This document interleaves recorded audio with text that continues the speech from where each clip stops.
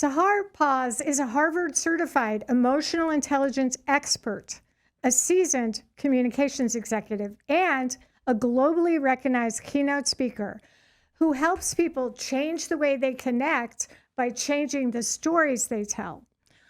With a career that began on Wall Street and evolved into leading brand strategy for healthcare innovators, Sahar now blends the science of emotional intelligence with the art of storytelling to spark meaningful transformation at work and in life.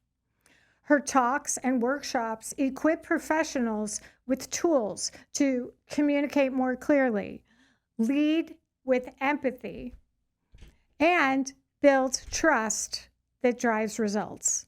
After surviving stage 4 cancer, Sahar expanded her mission, founding House of Paz, a platform for emotional, physical, and spiritual healing. Through this work, she continues to champion the voice of the individual, whether on stage, in the boardroom, or at the bedside. Her clients include Facebook, HBO, Whole Foods, Texas Medical Center, and Emerging Women Live, and more. Sahar Paz, what is your moment of impact? Hello. Hello. My moment of impact was walking into a doctor's office, them telling me I have 2 to 5 years left to live, 5 years if I'm lucky. Everything in my body said, no, that's not my truth, that's not my story, and that is my moment of impact.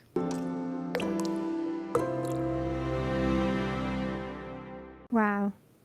Like, I literally can't imagine what that felt like. Like, what did that feel like? What were you expecting them to say? Like, what was it like in the moment? In that moment, I am heading into almost 4 years of being in this battle with what I called Thelma and Louise, aka breast cancer. So, being in that kind of a journey for that long, you're past the fight or flight, the freeze and the fawn. I was really kind of in this logical, grounded space, and I knew in that moment that I could trust my intuition and my body to find a different answer. Wow. So I just want to sit with this for a minute and really try to picture what that was like. So you're in some kind of a doctor's office and someone looks you in the eye and says you have 2 to 5 years to live, and your body immediately goes, no, no. That's incredible. That's incredible. So how Yeah. did you get to that level of, is self mastery the right word? I mean, there's some kind of word of being able to absorb that kind of a shock and not shut down. Like, literally, when I get any kind of news that's devastating, Yeah. that's nowhere on the scale to how devastating that news was that you just shared. But like itsy bitsy devastating news, my brain like shuts down totally, and I literally like can't hear things. Like, so how did you get to where you could be like, no? I think there's certain times in life when we are given an answer or given a question or given a thought, and there is something so strong within us that initially just says your gut instincts, your kind of intuition. And then we kind of spend maybe some time talking ourselves out of it and things of that nature, right? So people can relate to that. And sometimes the smaller moments in life are the ones that we toil over even more.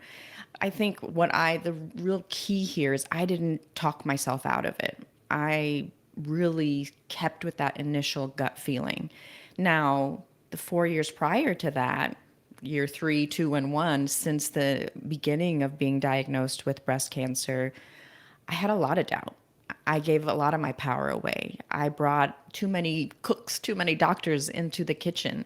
There was a lot of back and forth. There was a lot of fight, flight. There was more than fight or flight. There was a lot of freezing. So that moment of impact for me was after going through all the other ways of doubting myself, of giving my power away, of trying every antidote in the book rather than coming back into my body. So one of the big things I would say is physically embodying and grounding myself in that moment. So, when you do get a news like that, you may imagine it kind of like pushes you back. And I did. I sat back in my seat. I uncrossed my legs. I uncrossed my hands because I knew in those moments that like I could go into fight or flight, or I could really ground myself and be here fully and not disembody, so that I can ask the right questions. Where is this stat coming from? What makes you say that? And things of that nature. So I think, that was a long answer for saying I had some years of practice before getting into that moment. But the key thing was I didn't talk myself out of it after that initial, no, no, no, this is not my story. Yeah. So the reason I'm so excited to talk to you on this podcast is you, Sahar, are the most courageous person I know.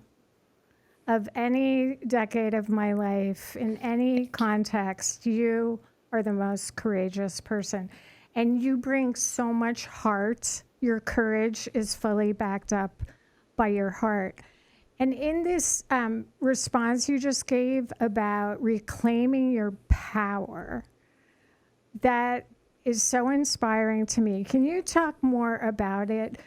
Having that body blow of news and coming back with the no, that's a very high agency, highly empowered, highly like, don't mess with me, what do you know response. How do you reclaim your power?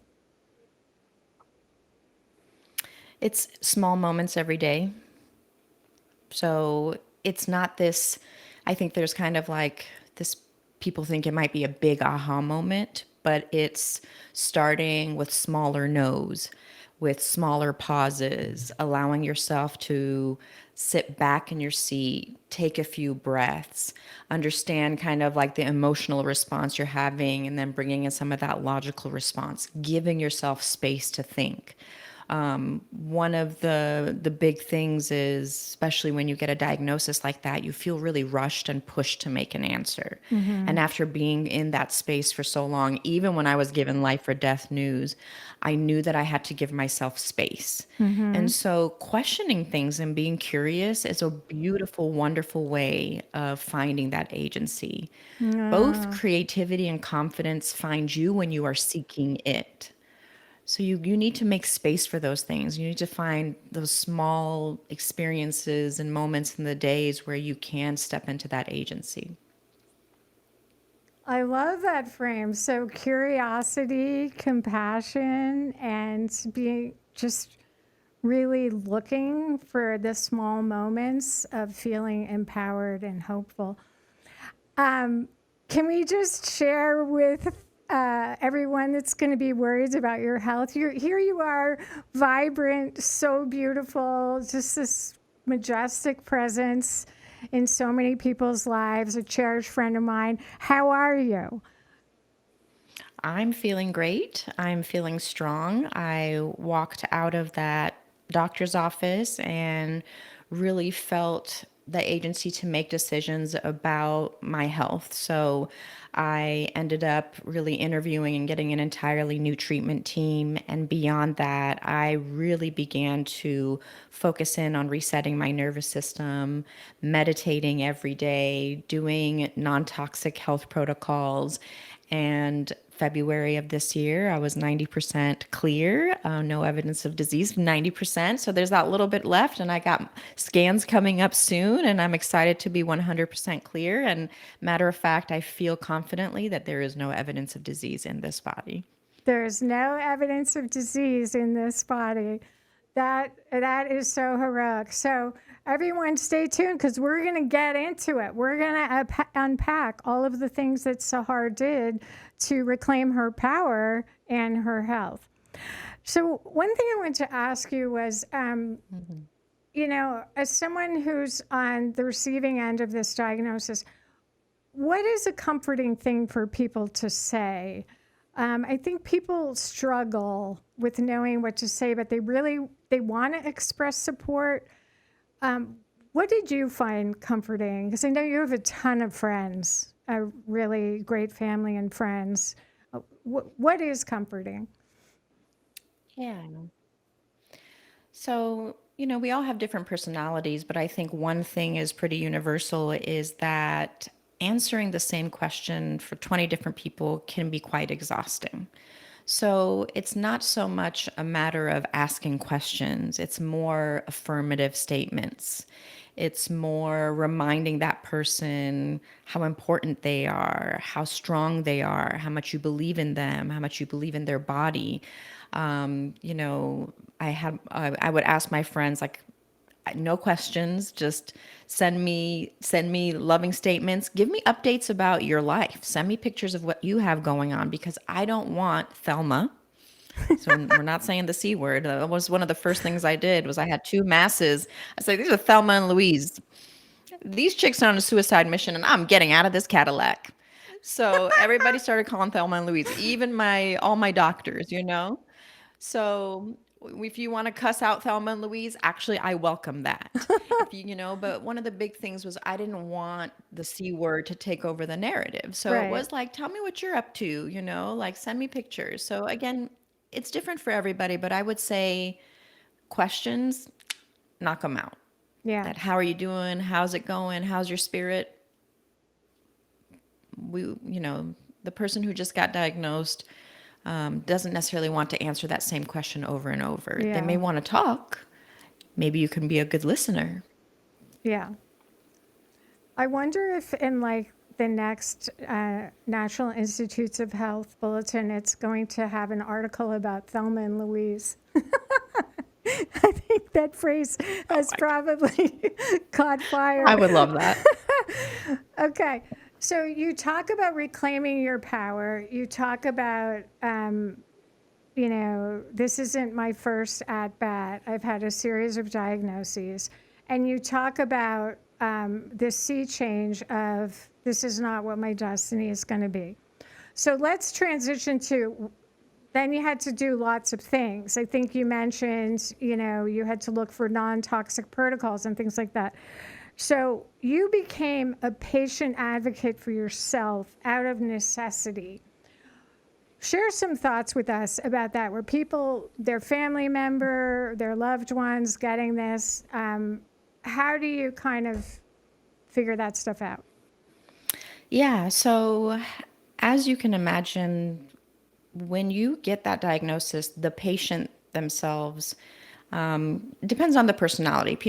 Some people are really good when things get really hectic and they can still think clear. Some people cannot. So for me, and I still have it to this day, I had a notebook dedicated just to my doctor's visits. And one of the key things was making sure that I'm thinking of the questions beforehand.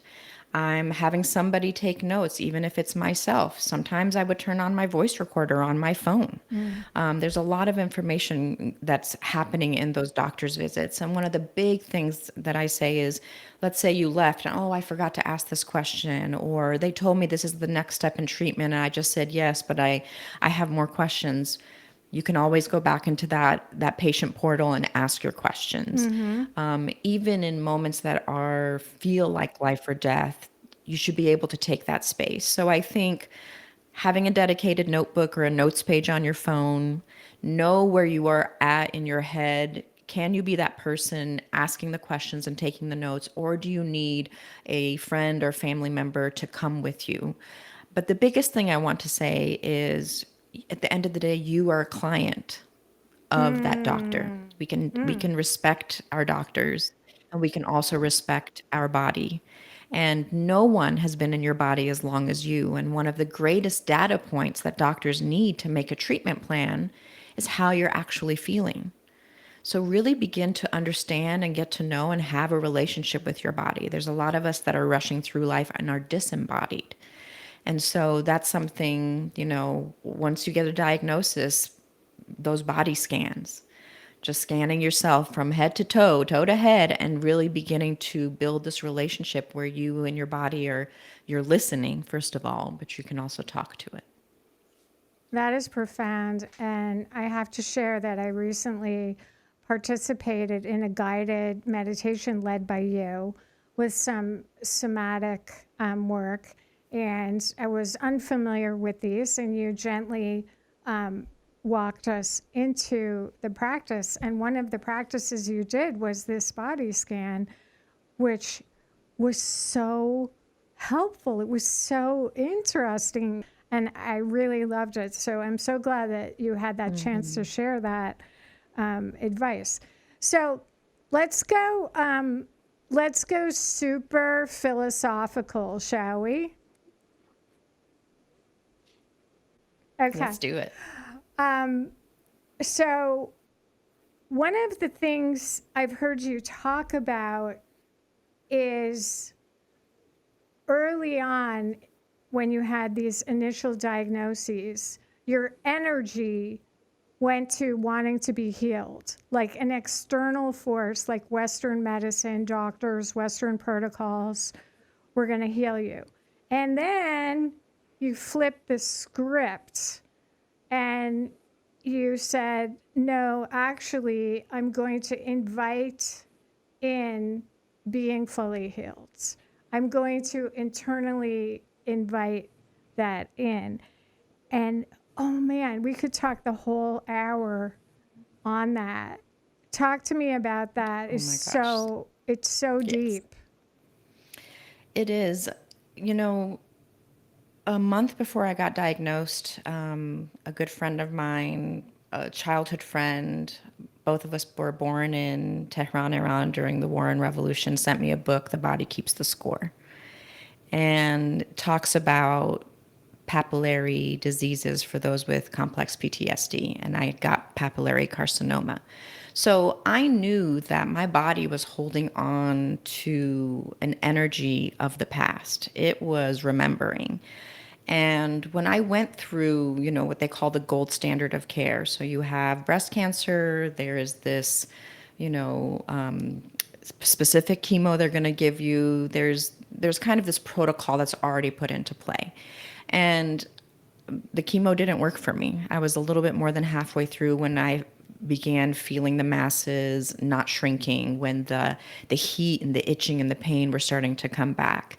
And so it had proven to me that my body is not like everybody else. It's not responding to the typical treatment plan, that it is holding memories and it is not feeling safe. And so I remember having this belief, but I didn't really know much about energetic work. And it wasn't until I met with an integrative oncologist when I was about 2 years into treatment. And one of and he began to ask me of the traumas that I had experienced in my life. And one of the first things he said is, you need to do some Reiki, some acupuncture, and do some meditation. And I was like, interesting. So this was kind of the first time that this gut feeling, this instinct intuition I had about my body's holding on to energy. I have the power to shift the energy. My body is listening, and going to this integrative oncologist and him suggesting these things. And so I began to do Reiki. I began to do acupuncture, but I didn't really dive deep into meditation until after I had that moment of impact when they told me, hey, you have 5 years if you're lucky. Before that, I was trying to do like 21-day challenges, doing the Deepak Chopra meditations. They were helpful. I was able to, kind of get my mind to quiet down, but I wasn't really fully able to drop in. And so I had to really teach myself how to meditate and how to shift myself energetically, how to change literally the conversation being had on a cellular level. Wow. And so it was one of the wildest experiences that I've had, and the most fulfilling. Changing the conversation on a cellular level. That is so deep, and I can totally relate to that. So how does it work? Like I guess there's people out there like Dr. Joe Dispenza who are explaining, you're all, even we started with Einstein, right? Like all matter is energy, matter is just condensed energy. And so you want to access the quantum field and think about being healed and then bring it back. Help me out here. How does it work? How do you tap into that type of quantum energetic healing? We have 30 to 70,000 thoughts in a day. These Wow. thoughts, whether we're hearing them or in our subconscious, which was a big part of the work I did, over 10 years ago when you and I met, that voice on the inside has a lot to say, and our body on a cellular level is constantly listening to it.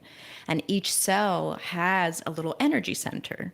And being able to tap into that energy center helps with cell regeneration, which helps fight any kind of disease, including the Thelma and Louise. So, if we can tap into what's happening in our subconscious, if we could tap into that narrative that is constantly on repeat, and I'm talking about the ones that you don't necessarily hear all the time, but they're there and they're just kind of part of your beliefs. So, if I knew that 30 to 37 trillion little ears and minds are in my body, known as these little cells. And these little ears and minds have a little energy center within them. And they're constantly listening to what's happening in my subconscious. They're constantly getting what my nervous system is telling them in terms of, am I in fight or flight? Am I safe to rest and regenerate?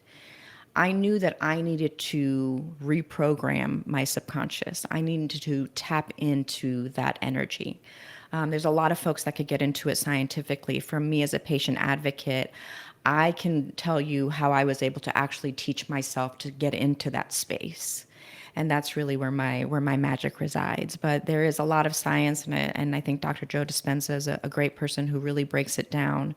I did read You Are the Placebo and began to understand that. But I think at the core of it is the messages in our subconscious mind is telling our body and our cells and our energy what is happening. And that radiates into at least 3 feet away from us. And that really controls our destiny and what we draw to ourselves. So I needed my body to know. First of all, I was so proud that I would never get sick. I never got sick, and then I got cancer. Well, I found out that my nervous system was in fight or flight so long that it was frozen. So one of the biggest things I needed to do was actually be able to come into my subconscious, change the energy in the conversation within there. And I could go on and on and on, but I want to give you a moment to talk as well, see if that's resonating with you. Yeah, it totally is. And it's the human journey, right? Like in your context, you're healing your body and you're reprogramming your 37 million trillion cells, however there are. But in every context, our life is influenced by the stories that we tell ourselves, right? And it affects how we view work, how we view relationships, our self-image. So really understanding the dance of those stories in our mind and our reality is such a fascinating thing. I want to move into patient advocacy in a minute, but I just want to ask you a question as someone who has traveled the U.S. healthcare system. What is it that makes it so disempowering and patients feel, I don't know if silenced is too strong, but what makes it so disempowering? I have so much respect for the doctors, the nurses. I am family members with so many of them. I am friends with so many of them. In my, day job, I deal with so many of them. And I think at the core, they want to help, but they are within this system that has a lot of compliance. And it's really run by what is the insurance code and can we get reimbursed, and I think there's some people that are just tired and burned out as well within the doctors. So it's a system and the narrative coming back to the storytelling is really about not one of hope, but here's your disease, here are the steps you have to take. You know, I've had these doctors and folks who've gotten into healthcare that want to help people tell me things like, do chemo or die, or we're going to retire together, a doctor that was the same age as me. So I think there's a balance here where the system and the compliance that the doctors are under changes the narrative of why they got into the practice in the first place, which was probably to help people and to heal people. And at the baseline of it, it's not hope.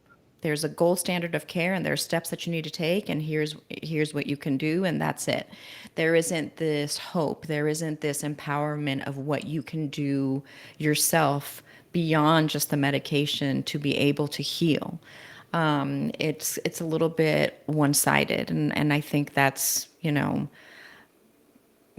why I really, really have dove into patient advocacy, because my heart goes out to these clinicians who are tired and working with a very compliant kind of structure. Right. And then these patients that come in that need help and need support and need guidance, and they're getting a narrative that may not be very hopeful.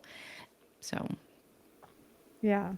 And hope is so crucial, right? We've both seen the alchemy of hope in our lives, and that's a magic four-letter word there. Okay, so Sahar, what is the impact you care about? I care about people having peace of mind. I care about them having peace of mind, especially when it comes to their well-being. Peace of mind and how can I take care of myself, prioritize my health? How can I be a partner with the doctors who are stuck in this system that is not really built for us to be healthy?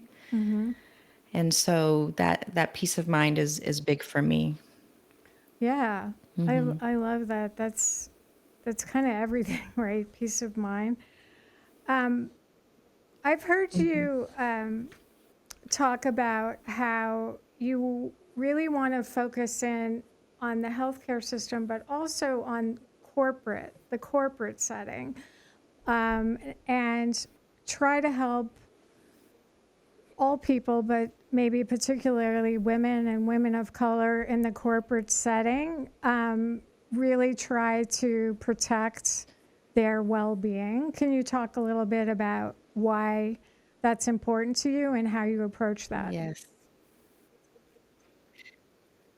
Yes, high achieving women have a special place in my heart. A lot of them are in corporate settings or they are entrepreneurs, and they are last on the list. And what I want them to do is prioritize themselves and prioritize their health. There's a lot of goals, and I think a lot of wellness goals are aesthetics. So, helping your skin be better and glowing, or losing weight and things of that nature. But I'm asking for women to have radical self-love, which means waking up and having water before you have coffee, taking a lunch break and actually taking the lunch break, going and getting your scans, your colonoscopies, meeting with your naturopath, things of that nature. Radical self-love. I'm asking you to prioritize your health and make that one of your goals. Make that something that's just natural in your day-to-day. Yeah. And I follow you on Instagram and subscribe to your Substack. And I heard you say this phrase that encapsulates what you just shared. And it's your phrase. I love it so much. Trading hustle culture for healing culture. Yeah. Yes. I mean, I was that entrepreneur that was like, gotta get up at 4:30 or 5 a.m. and get straight to it. And, my body showed me the results of that. And, you don't need a diagnosis. My diagnosis at the end of the day was a gift for me, right? So, and I think a lot of people think that it needs to be a radical overhaul of your life, but there are back to those small little decisions that you can make in your day. For example, the water before the coffee. Yeah. In meetings, sitting back in your chair, uncrossing your legs, allowing yourself to have a deep breath, Yeah. actually taking that lunch break, going out and getting a little sun on your face, a little bit of movement. Yeah. It's so important, and it comes down to just small decisions. And health is truly wealth. Life is short, and there should be a lot of time made for joy and putting ourselves number one. Yeah. So I think this brings us to this exciting chapter in your life where you are birthing the House of Pause. And it's really a manifestation of everything you've just been talking about. Can you share with us the origin story of House of Pause and what is it? Yeah. So House of Paz came to me when I was about the third year in treatment. So there was this moment when you're kind of done with the chemo, the radiation, the surgeries. You're seeing your doctors every day, maybe every week, and then boom, it's done. And there's this gap where you're still in treatment. I was on chemo pills, for example, but you don't have this constant contact with your doctors, and you're kind of go back to life as normal. Life is never normal after that kind of a diagnosis. And if you Mm-hmm. go back to those same patterns, there's a likelihood that that same disease or those same things are going to pop up in your body, if not worse. And so I began to really think about what is really true healing for me? How am I going to really heal myself from this? Mm-hmm. And how can I help others make sure that they don't go through what I've gone through? And so House of Paz came to me, and it was in year 3 and year 4 of healing myself when I really began to, one, heal on an emotional level. So doing some really deep inner child work, really understanding how to reprogram my subconscious, coming out of that fight or flight, resetting my nervous system was a big part of it. That's one of the pillars in House of Paz was emotional healing. Then it was wellness and physical healing. What are small decisions I can make? Like chewing my food more so I have a less acidic body. Less acidity in my body means less inflammation. Inflammation is the foundation for any disease. All I got to do is chew a little bit better, no problem, right? So little tidbits like that of learning how we can take care of ourselves. So wellness is a second pillar. And then wonder. That wonder is that quantum field we talk about Yeah. believing in what you cannot see, in bringing in creativity and fun and spirituality as a part of that healing. So House of Paz has those 3 pillars, the words, the wellness, and the wonder. Right now, I'm in the digital space as well as holding some in-person workshops. The vision I have is that this is a physical space for people who, especially when they're done with treatment, whether it's from cancer, autoimmune disease, or mental health, they can come stay at the House of Paz for a certain period of time, learn how to adopt a new lifestyle, healing the emotions, healing the physical body, tapping into wonder and creativity, and going back and really starting a new era in their life, one that protects their well being, one that gives them peace of mind about their health. That's such a beautiful mission. And um, you inspire me so much. That's such a great story of impact. How you had these things happen to you that are insurmountable challenges for most people. And we're not going to be able to go into your whole life story, but you've had some other challenging chapters in your life that really require this courageous growth and courageous quest and healing that I always see in you. And for you to create House of Pause, Yeah. that is going to take everything you've learned from your journey and give it to other people so that their journey is eased. It's so you, Sahar. It's so beautiful, and I hope everybody checks it out because Sahar's been describing these little things you can do, right? But when you do a lot of them, it all adds up. And she's great at sharing what I'll call, baby steps. She knows how has the knowledge, but the baby steps and makes it so inviting and kind of fun with your personality. So that's great. Okay, so let's talk a little more about House of Paz and really get into it. So we've got the 3 pillars. We've got words, which is the emotions pillar. We've got the physical pillar, and then we've got Wellness. well, thank you. Wellness, Yeah. the physical pillar, The and then wonder. we've got wonder, the spiritual pillar. So let's start with words. So what people don't know about you is that you are a 4-time cancer survivor, but you're also a total rock star at communications. You're amazing communications executive. You have been in boardrooms. You've got clients like HBO, Facebook, Whole Foods, Texas Medical Center, Emerging Women Live. The list goes on and on. You're great at messaging. You're amazing at branding. You're great at promotion. And so here we have the marriage of like understanding how to get the knowledge out in an inviting way and having lived through it. So House of Paz is fire. Okay, so stories.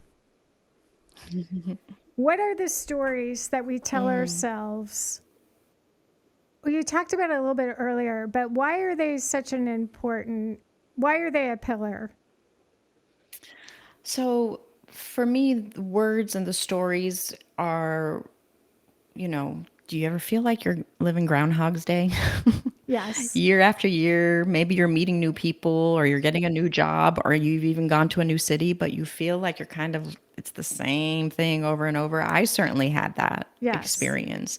So that inner narrative is so important. That narrative is what's leading us to evolving into that new part of who we are. If we even want to come back to that quantum field and being able to manifest, like I manifested health, the starting point is that inner narrative. And a big part of what we do in under that words pillar for the stories is going back to that inner child work. What was that inner child in you?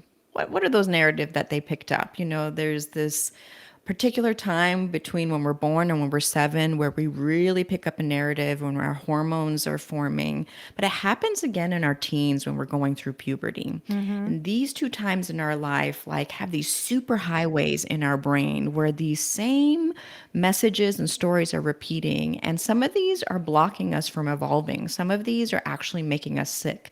Some of these are emotions that are tucking away in different organs and spaces of our body.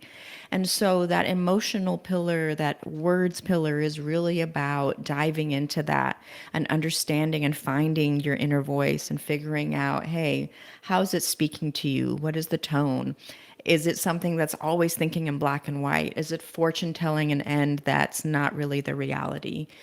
So that's a big part in the foundation of what we do. And you know that I've been doing that work in cognitive behavior and emotional intelligence for a long time.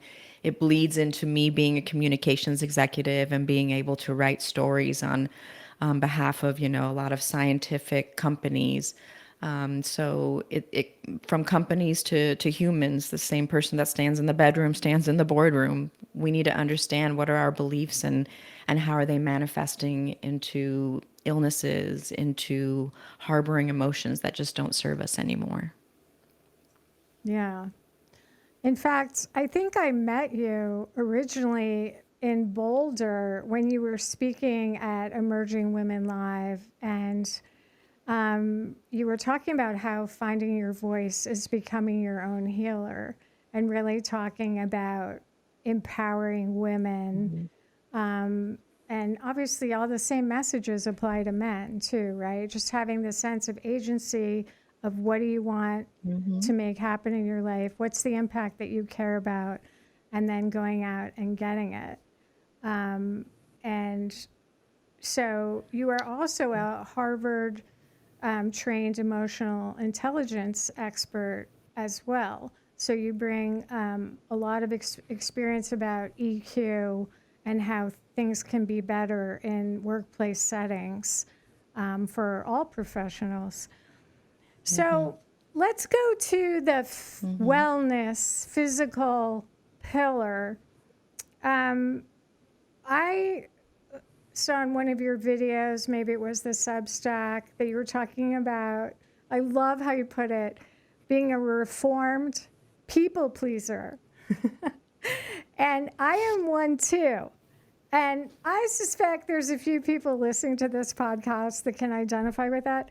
So, what is the toll that people pleasing takes on us? Yeah. So that was actually a Substack article about being selfish, CELL, selfish.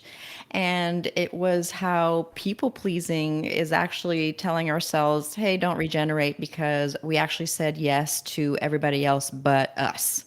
So we don't have time to rest and replenish. We need to go help this person. We need to go be at this event. We need to go do X, Y, and Z. And so cell regeneration really has to do with it feels selfish for those people that are people pleasers. And when I come back to even focusing on high achieving women prioritizing their health, it feels selfish because you have these goals for work, or maybe you have children, your partner, so on and so forth. There's this all these labels and all these people that come before you. And what's happening in why so many, first of all, so many women are getting sick. So many women are getting cancer at a much younger age. And a big thing that's not happening is our body, our cells are not getting to rest and replenish. And Mm-hmm. people pleasing is a big part of that. Might be an epidemic. So rest, and rest isn't just taking a nap. There's actually 7 different kinds of rest. There is rest from social settings. There is rest from screens. There is rest at where you actually sit down. So there's going to be a new Substack coming out about all the different kinds of rest, but allowing yourself that space. And again, it doesn't have to be big gaps of space. You can leave yourself 15, 20 minutes between meetings. Mm-hmm. You could give yourself that extra time in the morning or the evening. Remembering literally to hydrate. I keep coming back to that hydration. I can't help it. Yeah. So, being selfish, CELL, fish, is Cheers. important. Love to see it. Luke and Tom Cheers. have me set up here with multiple water bottles. Yeah. So, the other thing is, the older I got, the more I realized people pleasing doesn't work anyway, because the target's always changing. What the person wants is always changing. Like it's completely futile. So, if you identify with this, we want you to join the Reformed People Pleasers Club. Okay. So permission is another P word that I've heard you talk about. And I think what you just talked about now is Mm-hmm. giving yourself permission. It maybe feels selfish if you're not used to it, but Mm-hmm. everybody around you wants you to thrive, wants you to be impactful, wants you to feel healthy and well, right? And so when you invest in your own wellness and you give yourself permission to do the things you want to do, everyone else benefits. Am I right? 100%. Yeah. I think it's thinking of it also as like, what's my long term goal here? What's my long Yeah. term plan? Do I want to be around in a pleasant way in the long term for this person, for my child, for my partner, for my friend? Do I want to have energy that sustains over the long run? And Exactly. for the ladies out there in perimenopause and menopause, I had my ovaries taken out in October, so I got slammed into menopause. And let me tell you, there's something about the hormones shifting that gives you a lot more permission and a lot less people pleasing. And so it's coming, ladies. If you're not going to give yourself permission, your hormones are coming to help you with that. It's fantastic. It's that whole same idea of let's focus on what's really important and let's thrive. Okay, let's go to wonder. Yes. The third pillar of House of Pause, wonder. Talk to me about wonder. How do I access wonder? Why is wonder important? Wonder is a beautiful thing. It is about believing in that thing you can't see. Do you ever wonder how creativity could pick up your mood? I chose, for example, to have an aesthetic flat closure rather than getting reconstruction. Fashion and having some creative time in my closet gave me such a boost of energy and really feeling like a woman again in my own body. It also, I began to wonder, like, what does beauty mean? What are beauty standards? If I'm not Mm-hmm. looking at myself through a male gaze, but just seeing things that are beauty for being beautiful, just the way that they are. And so, wonder is really about bringing in that creativity as well as spirituality, having faith in things that maybe you cannot see or touch. And that's where that meditation comes in. That's where a lot of my somatic practices come in as well. Mm-hmm. And so, wonder is the fun pillar. Yeah. Wonder is where we get to play and have joy and begin to unearth these other parts of ourselves. Yeah. And joy and fun are really important. So, what is next for Sahar and the House of Paz? Well, we're holding seasonal workshops online. Would love for folks to come. One of my biggest passions is actually teaching people how to meditate. We all know it's good for us, but not a lot of us know how to really kind of get into that space. You came to one of my community events, Katy, and you got to experience what it was like to go through breath work, somatic movements, and then a guided meditation. So those community events are going to continue.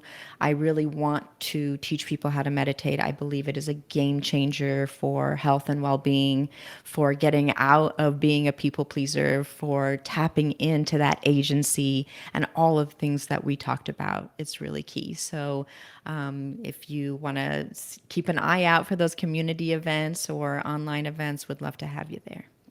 Perfect. And all the links are posted with this episode. And you can also follow saharpaz.com and House of Paz on Instagram and Substack. So, my final question for you: what brings you hope? You know, I manifested healing through this meditation, and what gives me such great hope is knowing that there is a power in the unseen, that I could rely on that, and that my agency and whatever I put my mind and my heart to can create the life that I desire. And that's what gives me hope. That's really poetic and so inspiring. Thank you for sharing that. Yes, thank you for having me on and for Okay. starting this podcast and sharing your voice with everyone. So, your friendship means a lot to me. Your guidance means a lot to me, and I'm so honored that you would come on the podcast and share how you're making this incredible impact on people's health and well-being by creating House of Paz, sharing all your insights from your important marketing and branding work, your health journey, and tying it all together to help patients, families, and people experience wellness. So thank you, Sahar Paz. All right. Thank you. One of my probably what I have to talk about early on in our relationship, and I think it's important for the audience to hear is that we met through Emerging Women Live, and I was a speaker and also a facilitator for some of their groups. And you know, I've kept in touch with Katy over the years. Like when I first met you, Katy, I was the facilitator. But then when you popped back up into my life, I needed you to be my coach and facilitator. And you were such a gem during, you know, it was a powerful crossroads that I was in at that time, really deciding how am I going to show up in life as a person, as a professional. In many ways, cancer gave me an opportunity to start from scratch. And it was so lovely to have you come back into my life at that time. So giving yourself permission to step into different roles within your relationships also can hold such power. And it's such a unique relationship that we have. And I'm so thankful. I'm so thankful too, and I love how you described it. Yeah, we take turns supporting each other in the ways that will serve. Yeah, beautiful. Thank you so much.